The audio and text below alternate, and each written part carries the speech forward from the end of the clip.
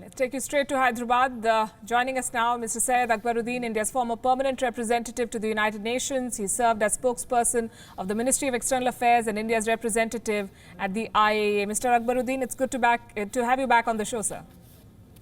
Thank you very much, Palki. Is it safe to say that the declaration of Joe Biden's victory is now just a matter of time? Yes, since we met yesterday, Vice President Biden has expanded his lead and his path to electoral victory has expanded and increased. But at the same time, we've also noticed that the area of contest has now spread to another jurisdiction, and that possibly is the judicial arena. You know, elections are meant to resolve differences. To bring to an end divergence. But with every passing day, the 2020 US presidential election seems to be only throwing up new areas of divergence and difference. So we will have to wait and see whether the judicial path now opens up a new arena of contestation. Right. It looks highly likely that this will finally be settled in court because Donald Trump, as we know, has not waited for the results to be announced. He's already moved court. How significant do you think is the demand of an incumbent president that the counting of votes should be stopped? Would this, in effect, mean a president calling for disenfranchisement of votes? So we have to just step back a little from today and President Trump's statements and view this in a broader perspective. President Trump, to be fair, has always never concealed his concern for the electoral process. Even when he won in 2016, he did say that there were many fraudulent activities in the process, even though he had, through that process, emerged as a victor. Even now, he has been reiterating that same point. It is unusual, it is disconcerting, but then we have to see that even in the process that he is now trying to discredit, he logged in as many as 68 million votes. So obviously, he is reflecting a concern which is fairly widespread in US society. Yes, it's very disturbing that the legitimacy of the electoral process is being questioned, but it's being questioned by a representative who seems to have a fairly wide backing of the polity. And that's where the concern is, because irrespective of this outcome, these scars are likely to remain for a long time. Indeed, and we have a flash just coming in, news flash, that the Trump campaign has won the court ruling to gain access to the Philadelphia vote counting. He wanted access to counting centers and he has got that. Now the whole world is watching. Interestingly, US markets are trading with a 2% high.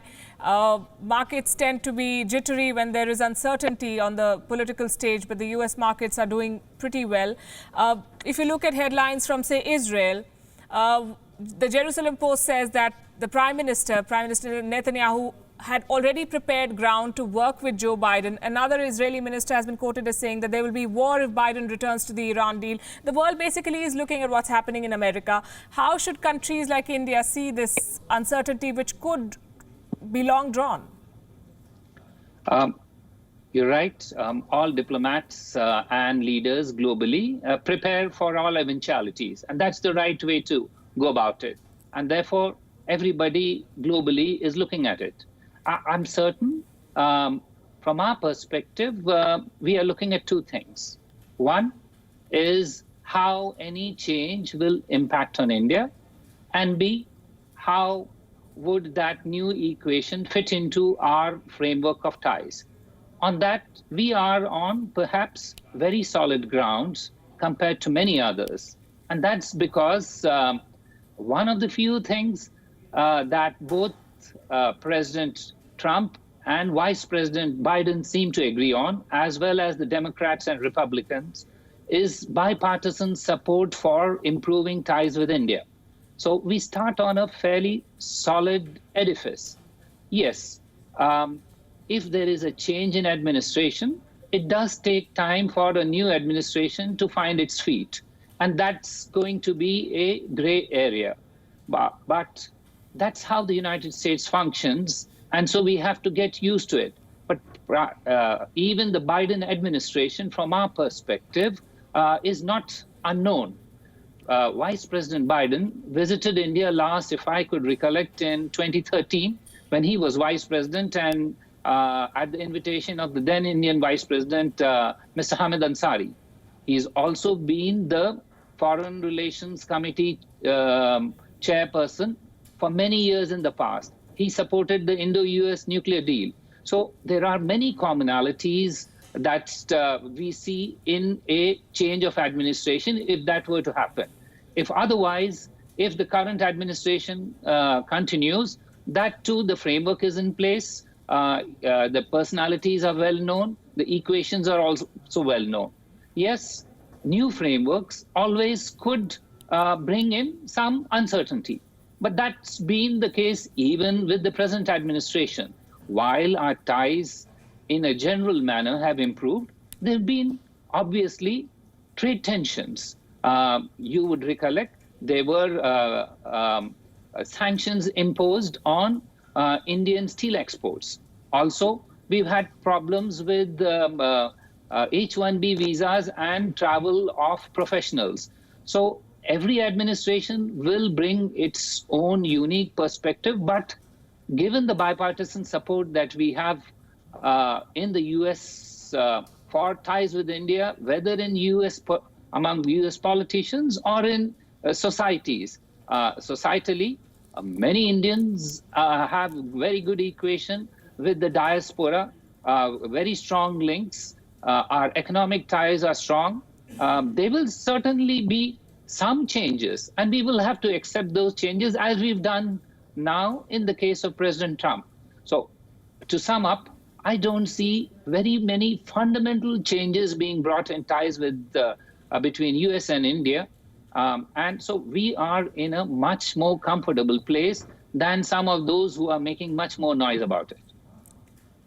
Right, and of course, relations between two countries do not necessarily depend on individuals. These are relations between two states, and yet individuals play their part. Joe Biden has been around for a long time. He comes with his experience. He also comes with his baggage. And many in India feel that he has taken an anti-India stand with his Kashmir statements last year. Although, to be fair, Donald Trump offered to intervene on multiple occasions, even after being told that there is no room for intervention of a third party. Are these fears unfounded that Joe Biden and his administration, if they were to take the White House, are not going to be as friendly with India as the Trump administration has been? So again, it's fair to be conservative and look at all aspects and consider that there are these possibilities. And that's a fair sort of assessment to make. But that said, we need to again look at the past. When President Obama came in his initial few months, there was a talk that he would appoint a special envoy, not only for Afghanistan and Pakistan, but also for India. But from there, he changed direction and ties continued to improve. Even President Trump, as you've mentioned, I remember in the first few months, he repeatedly talked of mediation, his willingness to intervene. He had very good ties.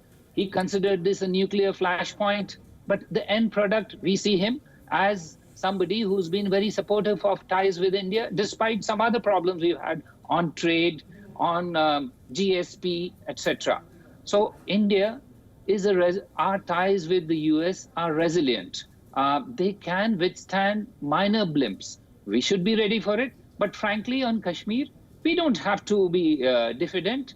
As a mature, forward-looking, confident, rising, emerging power, we can take on all comers in terms of our views on Kashmir because we stand on legally very strong footing. morally and politically extremely confident. Always a pleasure speaking to you, Syed Akbaruddin. Thanks very much for being with us on the show. Thank you very much, Pat. Thank you for watching Gravitas on WION's YouTube channel. If you want to stay up to date with what's happening around the world, then subscribe to our channel and don't forget to like and share. Thank you very much for watching WION. World is One.